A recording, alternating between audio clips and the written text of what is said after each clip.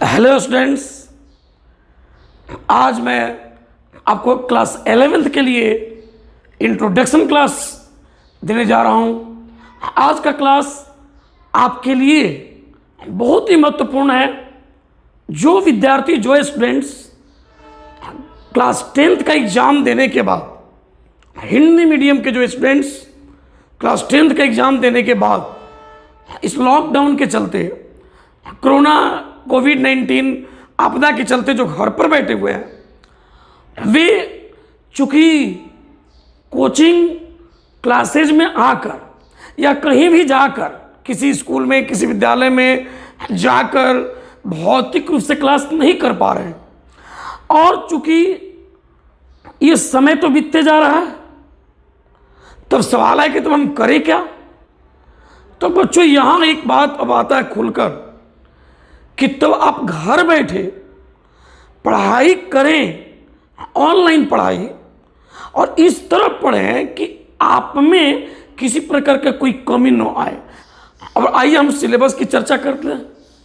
Syllabus के बारे में हम चर्चा कर लेते हैं।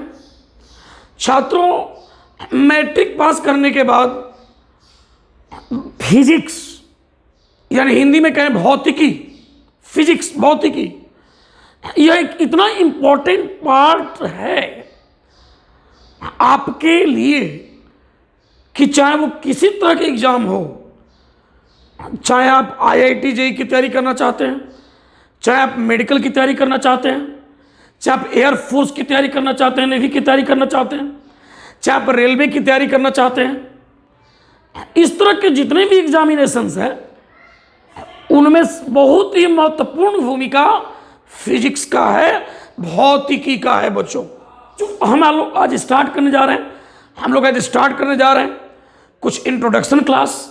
और इंट्रोडक्शन क्लास में आज हम सबसे पहले पढ़ेंगे आपको स्केलर्स एंड वेक्टर्स।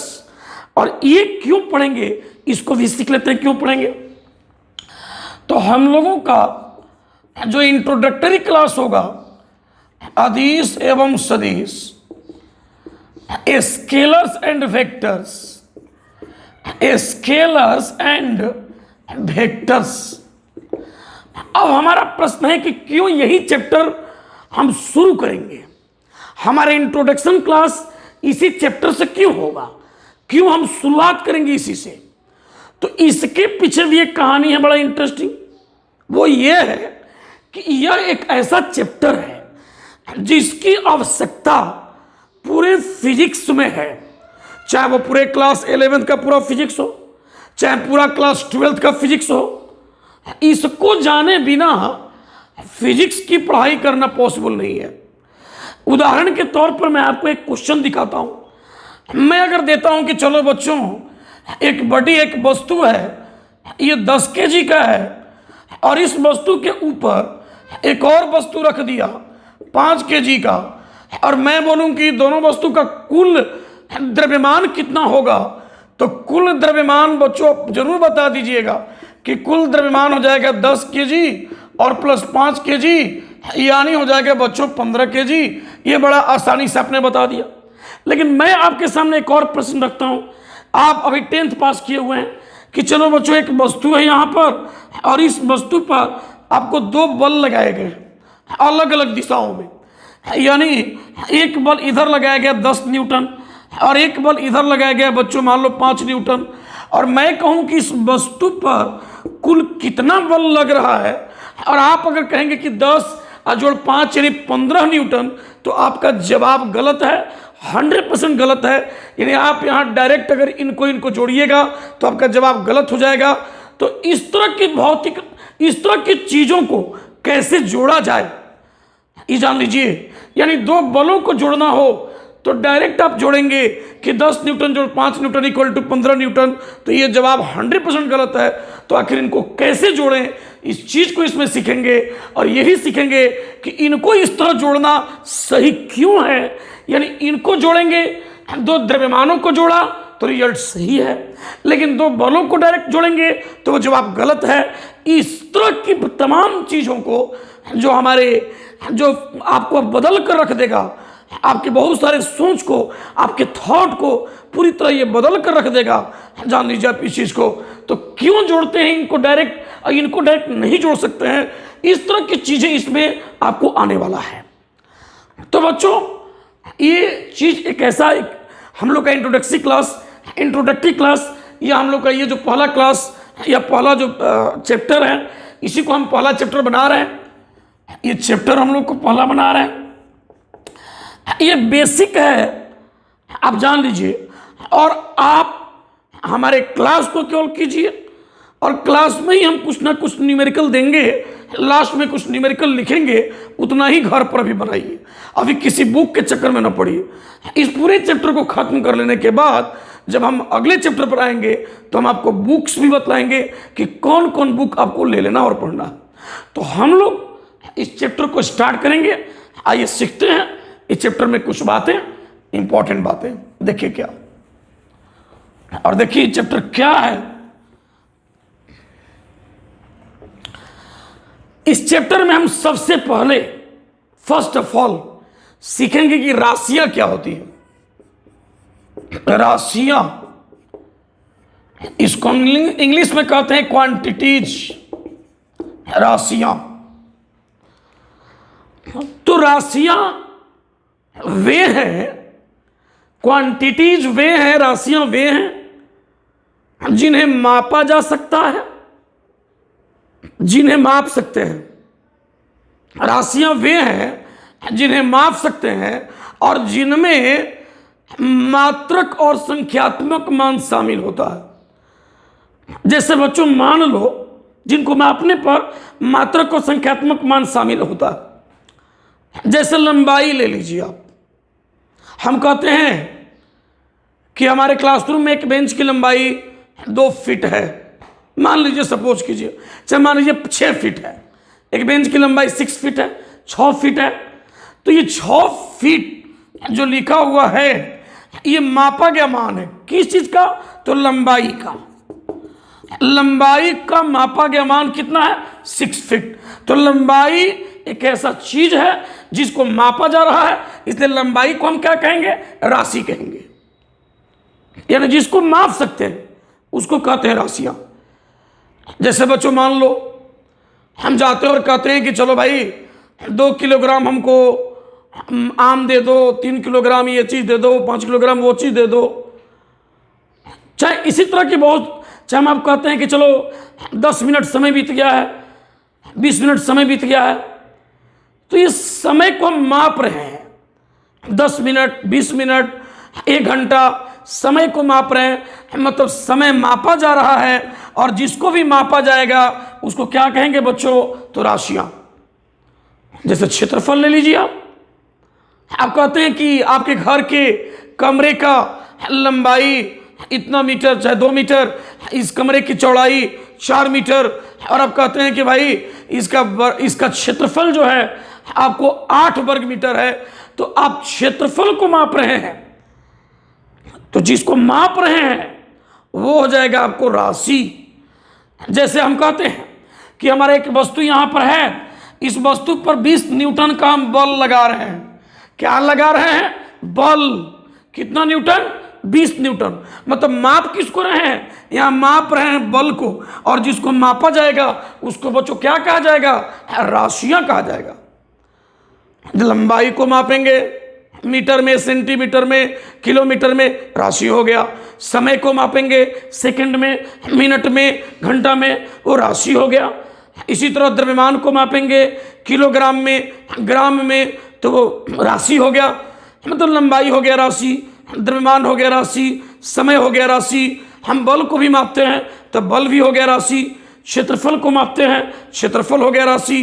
यानी जिनको मापा जा सकता है उनको हम कहते हैं राशियां। इन राशियां वे हैं जिनको मापा जा सकता है।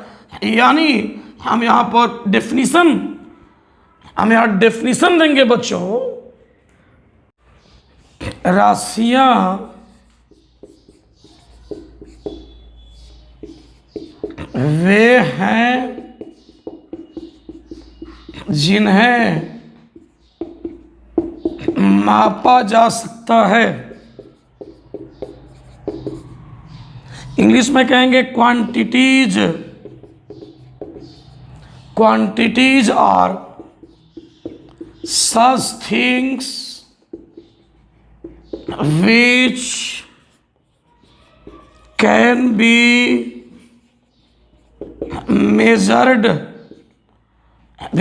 measured, quantities are such things which can be measured। राशियां वे हैं जिन्हें मापा जा सकता है। अब यहां पर हम इनका एग्जाम्पल जान लेते हैं, उदाहरण, राशियों का उदाहरण हम यहां जान लेते हैं।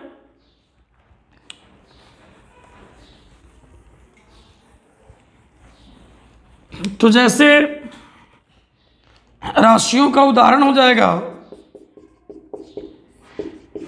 राशियों का उदाहरण हो जाएगा बच्चों, लंबाई, द्रव्यमान, समय, चाल, दूरी, बल, क्षेत्रफल, कार्य, ऊर्जा इत्यादि, ये राशियां हैं जिन्हें मापा जा सकता है। राशियां वे हैं जिन्हें मापा जा सकता है। अब हम पढ़ेंगे कि भौतिक राशियां क्या होती हैं। फिजिकल क्वांटिटीज, भौतिक राशियां। अगला हमारा हेडिंग होगा भौतिक राशियों के बारे में। भौतिक राशियां, भौतिक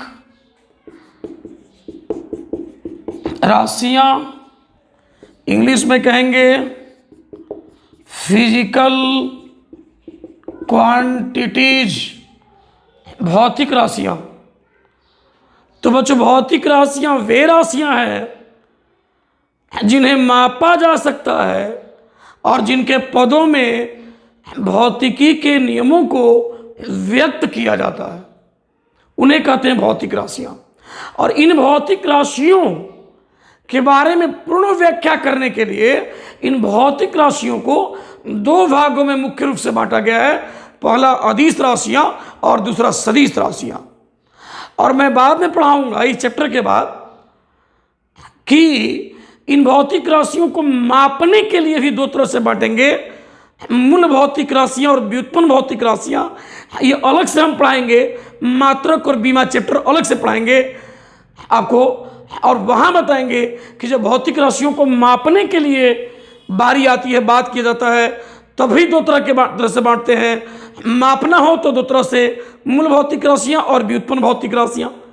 लेकिन यहां बात हम कर रहे हैं कि भौतिक राशियों को जोड़ा कैसे जाएगा, उनके बीच गुणा कैसे होगा, उन्हें घटाया कैसे जाएगा, उनके बारे में पूर्ण व्याख्या कैसे किया जाएगा। इसके लिए यह भौतिक राशियों को दो तरह से बांटा जाएगा, पहला अदिश राशियां और दूसरा सदिश राशियां। तो पहले हम भौतिक राशियां यानी फिजिकल क्वांटिटीज को डिफाइन कर देते हैं। हम लोग कहेंगे कि भौतिक राशियां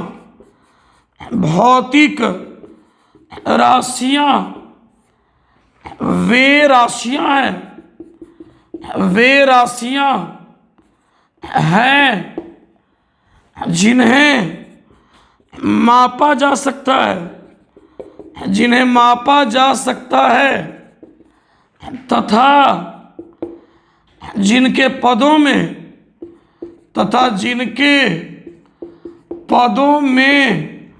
भौतिकी के नियमों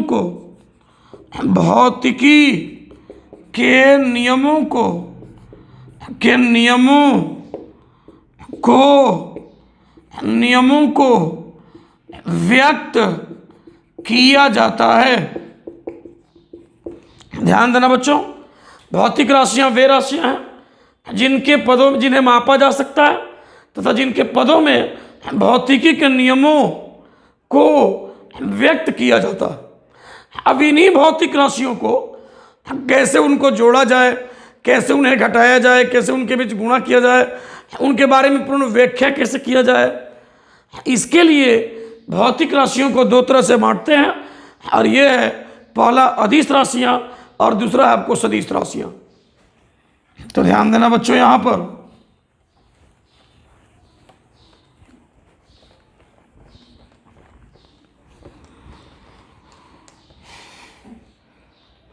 तो भौतिक राशियों के बारे में पूर्ण व्याख्या करने के लिए इन्हें दो तरह से बांटा जाएगा। पहला होगा आपको अदिश राशियां, इंग्लिश में इसको कहेंगे हम लोग स्केलर क्वांटिटीज, स्केलर क्वांटिटीज। और 2 नंबर होगा आपको सदिश राशियां, इंग्लिश में इसको हम लोग कहेंगे वेक्टर क्वांटिटीज, वेक्टर क्वांटिटीज। और भौतिक राशियों को मापने के लिए जो बांटेंगे वो भी 2 प्रकार होगा, जो बताएंगे आगे। मूल भौतिक राशियां और व्युत्पन्न भौतिक राशियां, उसमें कंफ्यूज मत होइएगा, वो अलग से बताएंगे। आप उसके बारे में कुछ पढ़े हुए हैं 9th क्लास में, जान लीजिए उसका कुछ ना कुछ कंसेप्ट आपको है, आता है। लेकिन ये चीज़ पूरा आपके लिए नया है, इसलिए यहाँ से हमने स्टार्ट किया है। तो भौतिक राशियों को जोड़ना हो, उन्हें घटाना हो, उनके बीच गुणा करना हो, उनकी पूर्ण व्याख्या करना हो, इसके लिए 2 तरह से बांटते हैं, अदिश राशियां और सदिश राशियां। आइए हम एक एक करके अब बढ़ते हैं। अब सबसे पहले हम अदिश राशियों की बात करेंगे कि अदिश राशियां कौन सी राशियां हैं, उनमें क्या क्या प्रॉपर्टी है और कौन कौन सी राशियां अदिश राशियां। तो पहला हमारा टॉपिक होगा बच्चों अदिश राशियां स्केलर क्वांटिटीज। पहला हम लोग का हो जाएगा बच्चों अदिश राशियां स्केलर क्वांटिटीज, स्केलर क्वांटिटीज होगा बच्चों। तो अदिश राशियां वे राशियां हैं जिन्हें केवल परिमाण होता है। उसके साथ हम यह भी कह सकते हैं कि उसमें दिशा नहीं होता, लेकिन इसका कुछ अपवाद भी है जिनको परिमाण दिशा दोनों भी हो जाएगा, बताएंगे हम।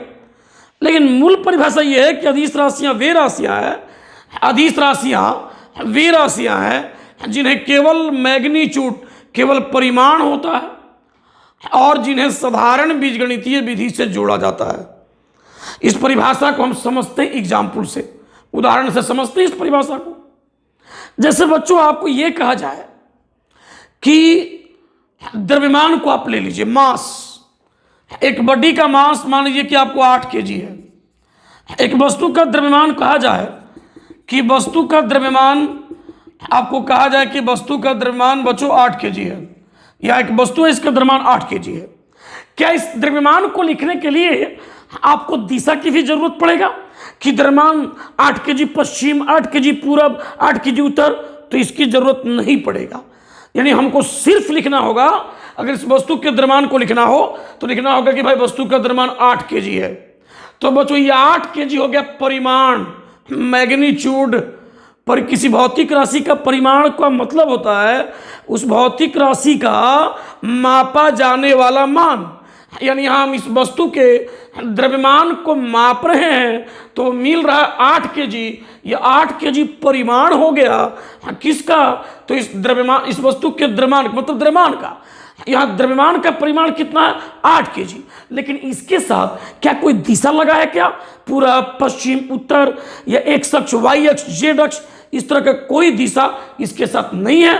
इसका मतलब कि द्रव्यमान जो राशि होगा, जो भौतिक राशि होगा, वह किस में आएगा? तो अदिश राशि में आएगा। और अदिश राशियां वे राशियां जिनको बीजगणितीय विधि से जोड़ा जाता है। पूरा परिभाषा यह देंगे कि अदिश राशियां वे राशियां हैं जिन्हें केवल परिमाण होता है तथा जो साधारण बीजगणितीय विधि से जोड़े जाते हैं। जैसे बच्चों मान लो कि अगर तुमको कोई कहता है कि चलो यहाँ एक 2 kg का द्रव्यमान का एक वस्तु है, दूसरा वस्तु यहाँ पर 3 kg द्रव्यमान का है, और कोई कहे कि इस दोनों का कुल द्रव्यमान बताओ, तो साधारण बीजगणित के विधि से 2 kg जोड़ 3 kg बराबर 5 kg करोगे। यानी द्रव्यमानों को हम कैसे जोड़ रहे हैं? तो साधारण बीजगणित के विधि से। साधारण बीजगणित का विधि क्या होता है? जैसे जो सिंपल जोड़ घटाव आप जानते हैं ना, 3 + 2 = 5, 5 + 4 = 9, ये होता है साधारण बीजगणित का विधि। इसी विधि से द्रव्यमान को जोड़ रहे हैं और द्रव्यमान में केवल परिमाण है, इसलिए द्रव्यमान कौन सी राशि हो गया? तो अदिश राशि हो गया। जैसे बच्चों मान लो कि हम समय की बात करते हैं, हम कहते हैं कि 10 मिनट समय बीत गया। अब इसमें थोड़े कहते हैं कि 10 मिनट पूरब में समय बीत गया, 10 मिनट उत्तर में समय बीत गया, उसके सब दिशा नहीं बोलते, कहते हैं समय 10 मिनट बीत गया। मतलब समय भौतिक राशि हुआ जिसका परिमाण हो गया 10 मिनट, उसका मैग्नीट्यूड परिमाण 10 मिनट हो गया। परिमाण की बात को समझ लीजिएगा, परिमाण वही मान है जो मापा जा रहा है, माप कर जो मान मिल रहा है। जैसे समय 10 मिनट, तो समय जो हो गया ये हो गया आपको भौतिक राशि, इसका परिमाण हो गया 10 मिनट। अब इसके साथ दिशा नहीं है, तो जिसके साथ केवल परिमाण हो उसके साथ दिशा अगर नहीं हो और अगर उनको जोड़ना हो तो साधारण बीजगणित का विधि लगाते हैं, तो हम लोग उसको कहते हैं अदिश राशियाँ, जिनमें सिर्फ परिमाण हो और जिनको जोड़ते कैसे हैं, साधारण बीजगणितीय विधि से। जैसे समय ले लीजिए, मान लीजिए आपको कोई कहता है कि चलो भाई 20 सेकंड समय को और 10 सेकंड समय को जोड़ो, तो सीधे जोड़ के हम 30 सेकंड लिख देंगे। मतलब दो समय को हमने जो जोड़ा ये साधारण बीजगणित से जोड़ा। इसी तरह आपको कार्य ले लीजिए, वर्क डन, कार्य। आप क्लास 9 में थोड़ा बहुत सुने होंगे, आगे 11th में सुनेंगे।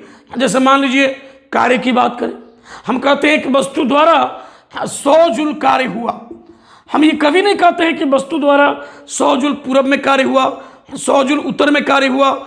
इसका मतलब कि हम कार्य का केवल परिमाण बताते हैं, उसकी कार्य को व्यक्त करने के लिए, वर्क डन को लिखने के लिए, व्यक्त करने के लिए उसका केवल परिमाण 100 जूल बता रहे हैं। उसके साथ कोई दिशा, पूरब पश्चिम उत्तर दक्षिण, एक्स अक्ष वाई अक्ष, इसके साथ कोई दिशा नहीं है। मतलब कार्य जो हुआ, वर्क जो हुआ, वर्क कार्य, यह आपको अदिश हो गया।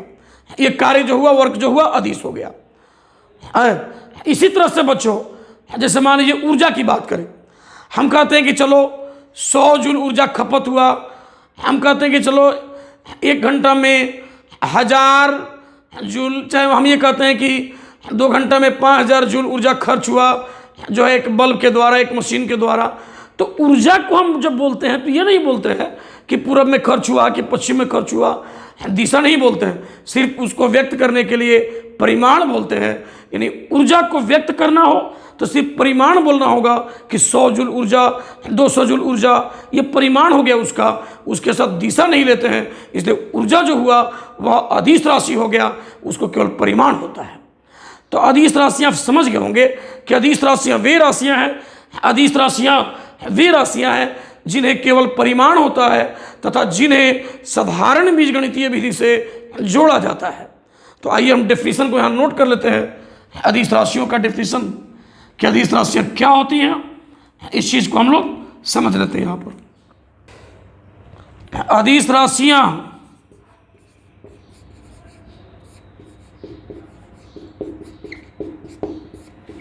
वे राशियां हैं जिन्हें केवल परिमाण होता है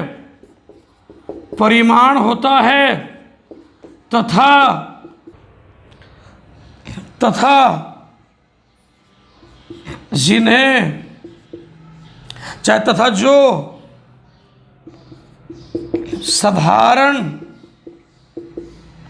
बीजगणितीय विधि से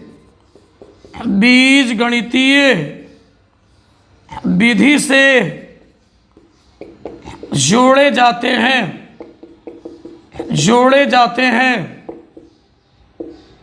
ये डेफिनेशन हो गया कि अदिश राशियां वे राशियां हैं जिन्हें केवल परिमाण होता है तथा जो साधारण बीजगणितीय विधि से जोड़े जाते हैं। इंग्लिश में इसको बच्चों हम ऐसे लिख सकते हैं, इस परिभाषा को इंग्लिश में लिख देता हूं। इस डेफिनेशन को यदि अंग्रेजी में भी लिख ले तो ऐसे लिख सकते हैं, याद रखने के लिए हम लिख सकते हैं स्केलर क्वांटिटीज are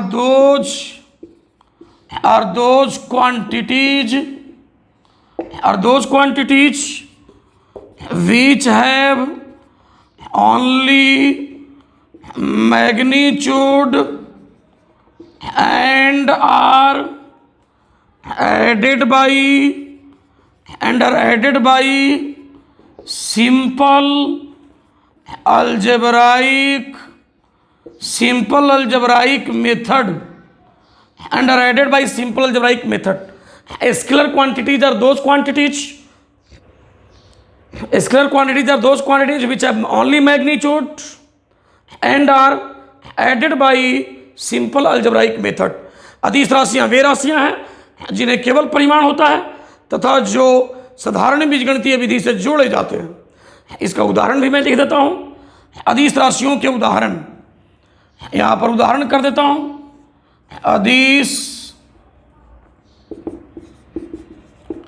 अदिश राशियों के उदाहरण, अदिश राशियों के उदाहरण की हम बात करें तो देखो बच्चों, आपको यहां पर हो गया आपको दूरी, तो सबसे पहले आप ले लीजिए, बताएंगे क्यों। इसके बाद चाल ले लीजिए, इसके बाद आप कार्य ले लेंगे, ऊर्जा ले लीजिए, समय को ले लीजिए आप इसके बाद घनत्व को आप ले लीजिए, इसके बाद आप जो है द्रव्यमान को आप ले लीजिए, इसी तरह से आपको जो है ताप को ले लीजिए, ऊष्मा को आप लीजिए, इसी तरह दाब ले लीजिए, इसी प्रकार से आपको यहाँ से जो है शक्ति आप ले सकते हैं, शक्ति, इसी तरह आवेश हो जाएगा, इसी तरह विद्युत धारा हो जाएगा, आपको विद्युत धारा इत्यादि आप कर सकते हैं। देखो बच्चों, दूरी हो गया, चाल हो गया, कार्य, ऊर्जा, समय, घनत्व, द्रव्यमान, ताप, ऊष्मा, दाब, शक्ति, आवेश, विद्युत धारा, ये सब की सब अदिश राशियां। इनमें से किसी को भी अगर व्यक्त करना हो तो सिर्फ परिमाण लेते हैं, सिर्फ विद्युत धारा को छोड़कर। विद्युत धारा अपवाद में है, इसको परिमाण और दिशा दोनों होता है, फिर भी यह अदिश राशि है। जानते हो क्यों बच्चों? क्योंकि इसको जोड़ा जाता है साधारण बीजगणितीय विधि से। इस विद्युत धारा को हम साधारण बीजगणित के विधि से जोड़ते हैं, इसलिए विद्युत धारा अदिश राशि में ही आता है। जान लो, जैसे बच्चों मान लो कि अगर आपको ये कोई कहता है कि इस तरफ से आपको 2 एम्पियर का धारा आ रहा है, इधर से आपको 3 एम्पियर का धारा आ रहा है, तो इधर आपको कितना जाएगा? तो 5 एम्पियर जाएगा। यानी इन दोनों धाराओं को हम सीधे साधारण बीजगणित के विधि से हमने जोड़ दिया। ये 3 एम्पियर जोड़ 2 एम्पियर बराबर 5 एम्पियर, ये साधारण बीजगणित का विधि हमने जोड़ा। विद्युत धारा इधर से 3 एम्पियर, इधर से 2 एम्पियर, दोनों को जोड़ कैसे जाएगा? यानी विद्युत धारा जोड़ा जाता है साधारण बीजगणित के विधि से, भले उसमें परिमाण और दिशा दोनों होता है, लेकिन फिर भी वह अदिश राशि है। जान लो, तो ये दूरी हो गया। अब दूरी की बात करें, अदिश राशि है, क्योंकि दूरी में दिशा नहीं होता, क्योंकि दूरी किसी वस्तु का कुल पथ का लंबाई होता है, उसको निश्चित दिशा नहीं होता है। इसी तरह चाल ले लीजिए, कार्य ले लीजिए, ऊर्जा ले लीजिए, समय, घनत्व, द्रव्यमान, ताप, ऊष्मा, दाब, शक्ति, आवेश, विद्युत धारा। ये विद्युत धारा को दोनों हुआ, परिमाण, दिशा दोनों। लेकिन क्यों हुआ ये अदिश? क्योंकि इसको जोड़ने की जो विधि है वो साधारण बीजगणितीय विधि है, जबकि बाकी जो चीजें हैं इनमें केवल परिमाण होता है, इनमें दिशा नहीं होता है। परिमाण का मतलब समझ गए होंगे आप कि उसका मापा गया मान। जैसे दूरी लीजिए, दूरी में दिया रहेगा कि 10 मीटर दूरी तय किया वस्तु, 50 मीटर दूरी तय किया। इस दूरी में ये नहीं रहेगा कि पश्चिम में दूरी हुआ कि पूर्व में दूरी हुआ, वो विस्थापन में होता है, जो कि अदिश नहीं है, वो आगे पढ़ाएंगे, सदिश है। ये बात जान लीजिए आप। इसी तरह चाल की बात कीजिए, हम ये कहते हैं कि कार की चाल 50 किलोमीटर पर घंटा। अब 50 किलोमीटर पर घंटा पश्चिम, पूरब, उत्तर सब नहीं कहते, तो चाल के साथ दिशा नहीं होता, वो केवल परिमाण होता है। जैसे हम कह रहे हैं ना कि दूरी 20 मीटर, तो ये 20 मीटर परिमाण हो गया दूरी का, और दूरी हो गया भौतिक राशि। तो वे राशियां जिनमें केवल परिमाण होगा और जिनको साधारण बीजगणितीय विधि से जोड़ा जाएगा, उनको अदिश राशियां कहते हैं। अब बारी है सदिश राशियों का, वेक्टर क्वांटिटीज का। अभी बहुत सारी चीजें हैं, अब धीरे धीरे हम आपको आगे बढ़ाएंगे, और इस तरफ आगे बढ़िए, घर पर सुरक्षित रहकर पढ़िए। अभी आगे जब क्लास खुलेगा ऑफलाइन, तो जैसे मेरा क्लास शुरू होगा, मेरा आप क्लास आकर ज्वाइन कर सकते हैं। धन्यवाद।